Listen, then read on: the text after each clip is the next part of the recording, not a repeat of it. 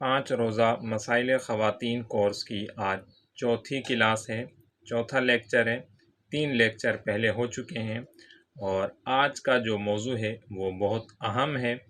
جو اس کا عنوان ہے وہ ہے ازدواجی تعلقات کے مسائل، یعنی حیض و نفاس میں ازدواجی تعلقات کے کیا احکام ہیں۔ تو اس حوالے سے آج انشاءاللہ ہم گفتگو کریں گے، تو آپ نے توجہ سے اسے سماعت کرنا ہے۔ تو بڑھتے ہیں۔ سب سے جو پہلا سوال ہے آج کا وہ ہے کہ اگر بیوی حیض یا نفاس کی حالت میں ہو تو کیا اس سے ہم بستری جائز ہے؟ تو اس کا جواب یہ ہے کہ حیض و نفاس کی حالت میں بیوی سے ہم بستری کرنا حرام اور سخت حرام ہے۔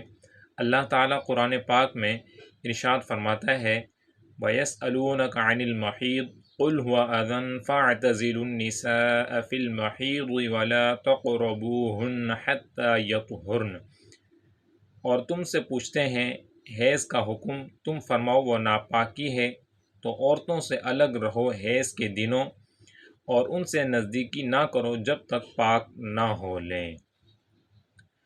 اگلا سوال ہے کہ اگر کوئی شخص یہ نظریہ رکھتا ہے کہ حیض و نفاس کی حالت میں عورت سے ہم بستری حلال ہے تو اس کا کیا حکم ہے؟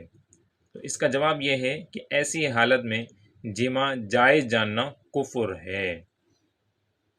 اگلا سوال ہے کہ ایام حیض میں اپنی بیوی کے ران، پیٹ یا جسم کے دوسرے حصے کو چھونے کے حوالے سے کیا حکم ہے؟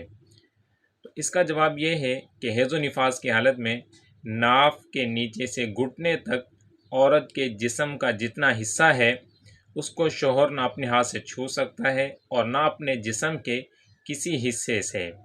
ہاں، اگر درمیان میں کوئی ایسا کپڑا وغیرہ حائل موجود ہے کہ جس سے عورت کے جسم کی گرمی مرد کے جسم تک نہ پہنچے تو پھر چھونا جائز ہے۔ ناف سے اوپر اور گھٹنے سے نیچے چھونے یا کسی طرح کا نفع لینے میں کوئی حرج نہیں۔ یوں ہی بوس و کنار بھی بالکل جائز ہے۔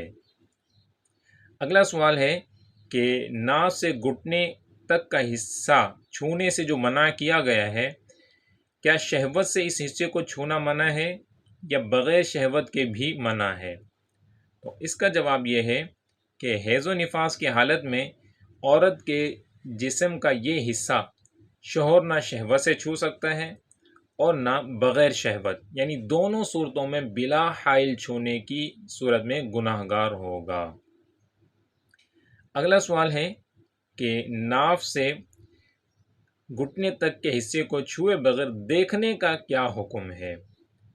تو اس کا جواب یہ ہے کہ حیض و نفاس کی حالت میں بیوی کے جسم کا ناف سے گھٹنے تک کا حصہ بغیر شہوت کے دیکھنا جائز ہے اور شہوت کے ساتھ اس حصے کو دیکھنا بھی گناہ ہے۔ اگلا سوال ہے کہ اگر حیض کی حالت میں شوہر ازدواجی تعلقات قائم کرنے پر اصرار کرے تو کیا عورت اس کی بات مان سکتی ہے؟ اور اگر وہ زبردستی تعلقات قائم کر لے تو کیا عورت گناہ گار ہوگی یا نہیں؟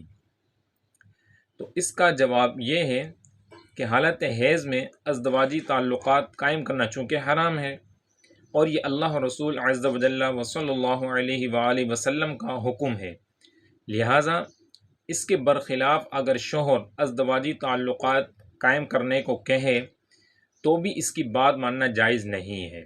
حدیث پاک میں ہے کہ گناہ میں کسی کی اطاعت نہیں، اطاعت تو صرف بھلائی میں ہے۔ ہاں، اگر شوہر زبردستی تعلقات قائم کرنا چاہے تو عورت پر لازم ہے کہ وہ اپنی قدرت بھر کوشش کر کے شوہر کو اس سے باز رکھے۔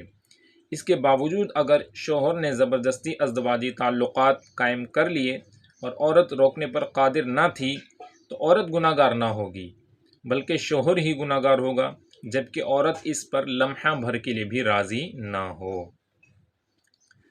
اگلا سوال ہے، اسی سے ملتا جلتا ہے کہ اگر کسی نے حالت حیض میں اپنی بیوی سے ہم بستری کر لی تو کیا اس کا کوئی کفارہ بھی ہے، یعنی کفارہ دینا ہوگا یا کیا حکم ہوگا؟ تو اس کا جواب یہ ہے کہ اس حالت میں بیوی سے ہم بستری کرنا سخت اور اشد حرام ہے اور فوری طور پر اس گناہ سے توبہ و استغفار کرنا فرض ہے۔ اس گناہ کا مالی کفارہ واجب نہیں ہے۔ ہاں کچھ احادیث میں یہ فعل سرزد ہونے پر مالی کفارہ ادا کرنے کا بھی ارشاد ہوا ہے، لہٰذا اس کفارے کو ادا کیا جائے تو مستحب ہے۔ اگلا سوال ہے کہ حیض و نفاس کی حالت میں کیا بیوی شوہر کے جسم کو چھو سکتی ہے یا نہیں؟ تو اس کا جواب یہ ہے کہ جی ہاں، بیوی اس حالت میں شوہر کے سارے جسم کو چھو سکتی ہے۔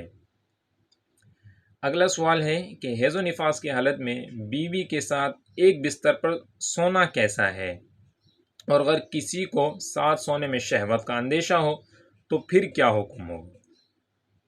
تو اس کا جواب یہ ہے کہ اس حالت میں میاں بیوی کا ایک جگہ سونا جائز ہے، اس میں کوئی حرج نہیں ہے، بلکہ اس وجہ سے عورت کے ساتھ نہ سونا یہ مکروہ ہے۔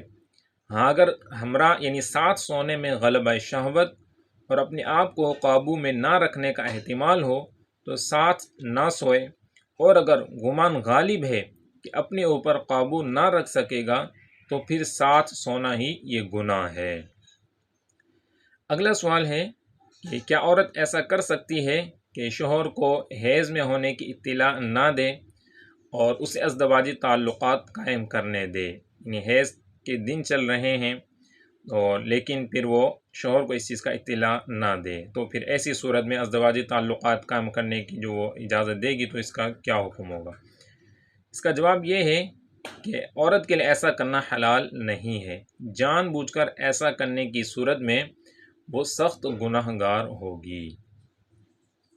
اگلا سوال ہے کہ اگر عورت حیض میں نہ ہو اور شوہر کو یہ ظاہر کرے کہ وہ حیض کی حالت میں ہے تاکہ وہ ازدواجی تعلقات قائم نہ کر سکے تو ایسا کرنا کیسا ہے؟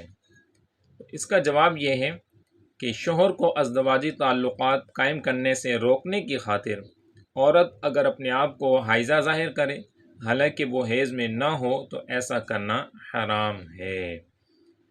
آخری سوال ہے آج کا کہ اگر بیوی یہ بتائے کہ وہ حیض میں ہے تو کیا شوہر پر لازم ہے کہ وہ اسے حیض میں ہی سمجھ کر اس سے دور رہے؟ بالفرض اگر اسے عورت کی بات کا یقین نہیں تو پھر کیا حکم ہے؟ اس کا جواب یہ ہے کہ اگر عورت پاک دامن، نیک اور پرہیزگار ہے تو اس کی بات ضرور تسلیم کرنی پڑے گی، اور اگر وہ فاسقہ ہے لیکن اس کی بات درست ہونے پر دل جمتا ہے اور اس کے سچا ہونے کا غالب گمان ہے تو بھی اس کی بات تسلیم کرنی ہوگی۔ ہاں اگر وہ فاسقہ ہے اور اس کے سچا ہونے کا غالب گمان بھی نہیں، مثلا وہ ایسے وقت میں حیض کا دعویٰ کر رہی ہے کہ جو اس کے حیض آنے کا وقت ہی نہیں ہے، تو اب اس عورت کی بات تسلیم کرنا یہ ضروری نہیں ہے۔ تو آج جو چوتھا لیکچر تھا ازدواجی تعلقات قائم کرنے کے مسائل حیض و نفاس کے دوران، تو وہ کمپلیٹ ہوا۔ رب کریم عز و جل ہم سب کے سینوں کو علم دین کے نور سے منور فرمائے۔